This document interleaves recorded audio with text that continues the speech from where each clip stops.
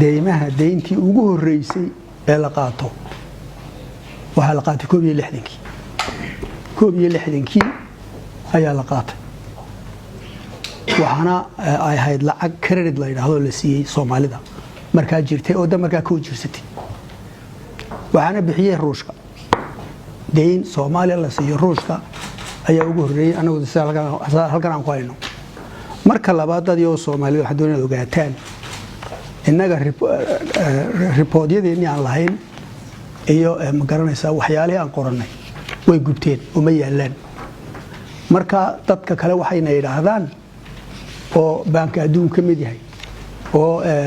hay'adda lacagta adduunka ka mid tahay ayaan ku shaqaynaynaa mar walbana waxba iska bedelaya marka waxaan idin sheegaa wax dhagax ku qoran maahe oo wax bedelmi kara laakiin maanta report kan haynaa oo deyntii aan qarka u saaranay la inaga dhaafo waa Ruushka way tii ugu dambeysay waxa weeyaan 90kii waxaan inisiyaa World Bank aan inisiyaa bal hadda dadka inagu leh maalin horena waxaan u maleynaa dul maray aan isla ogaano dadka inagu leh waa hay'adaha caalamka inagu leh ya dawladaha inagu leh hay'adaha dawladaha qaar isla leeyihiin ayaa inala leh Islamic Bank oo islaamkooda leeyahay Arab Monetary Fund hay'adda lacagta Arabta oo Arabtu isla leedahay iyo kuwa ay dawladda gaar leeyihiin oo Kuwait Fund ba kamida oo ay Kuwait iska leedahay Abu Dhabi Fund ba kamida Abu Dhabi iska leedahay marka fandadka noocaas oo kala ee ay leedahayna waa kamid waxa kamid oo kale dawladdu caadi ah oo lacag nasiyo inaamahay ayaa kamida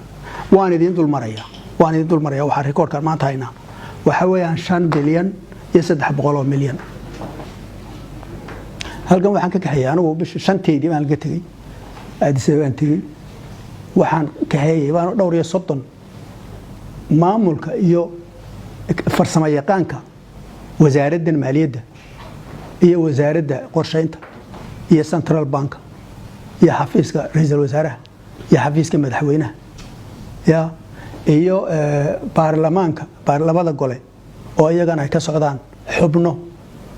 wakiilka ay ka socdaan intayadaas baa meesha tagnay 12 maalmood baan intayada bari joognay waxa nagu soo biiray wasiirka qorsheynta ee hadda anagu joogna iyo governorka Central Bank gudoomiyaha nagu soo biiray oo iyaguna intii badnayd mar hadda waxa meesha rag isku tagay dumarta halka isku tagay dagaalka lagu jira dagaal soo kama it's not a party dagaal soo kama waa shaqo way ayaa loo tii marka waxa kale oo inta aan la soo xiriirina dad kale oo fara badan halkan jooga oo aan shaqadooda ka wareysanayna shaqadoodii IMF soo eegayaan meel buu eegayaan